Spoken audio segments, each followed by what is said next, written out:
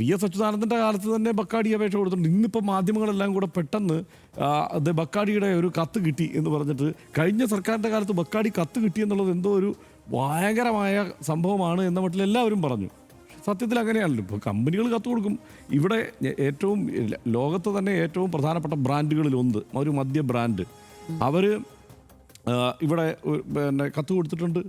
അവരുടെ ബ്രീസർ ഇവിടെ വിറ്റഴിക്കാൻ വേണ്ടിയിട്ടുള്ള സാധ്യത ഉണ്ടാക്കണം എന്നുള്ളത് ആവശ്യപ്പെട്ടിട്ടുണ്ട്.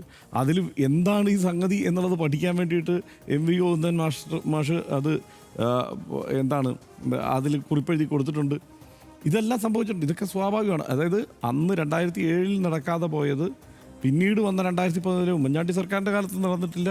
അതിനുശേഷം പിന്നീട് LDF സർക്കാരിൻ്റെ ഒന്നാം LDF സർക്കാരിൻ്റെ കാലത്ത് നടക്കുന്നില്ല. പിന്നീട് എപ്പോഴാണ് ഈ 2023 ഇതിലൊരു തീരുമാനമുണ്ടാകുന്നത്. എങ്ങനെ ഇതിനൊരു പിന്നെ എന്താണ് ഇതിനെ ടാക്സ് ഏർപ്പെടുത്തിക്കൊണ്ടുള്ള തീരുമാനം, ഇതിനെ ആ ടാക്സ് പരിധിയിലേക്ക് അതിനെ കൂടി കൊണ്ടുവന്നുകൊണ്ട് ഇതിന് ടാക്സ് നിശ്ചയിച്ചു കൊടുത്ത് അതിനെ കൂടി ഇവിടെ വിറ്റഴിക്കാവുന്ന നിയമപരമായ അനുമതി ആ നിലയ്ക്ക് അവർക്ക് കൊടുത്തിട്ടുണ്ട്. ഇത് വാസ്തവമാണ്. അത് VM സുധീരനും M ലിജുവും VD സതീശനും പറഞ്ഞത് സത്യമാണ്. അപ്പോൾ അതിലേക്ക് ആ പ്രോസസ്സ് പൂർണ്ണമായി കഴിഞ്ഞിരിക്കുന്നു. ഈ 251% ടാക്സ് അടച്ചുകൊണ്ട് അത് വിറ്റഴിക്കാം എന്നുള്ളത് ആ തീരുമാനം ഉണ്ടായിക്കഴിഞ്ഞിരിക്കുന്നു.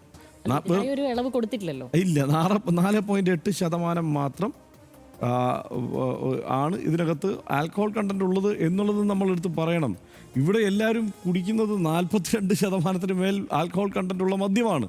അപ്പോൾ നമ്മൾ ഇതുകൂടെ പറയണമല്ലോ. ഇത് ഈ പറഞ്ഞതുപോലെ ഇത് 4.8% ഉള്ള ഒരു സംഗതിയാണ് ഇത്.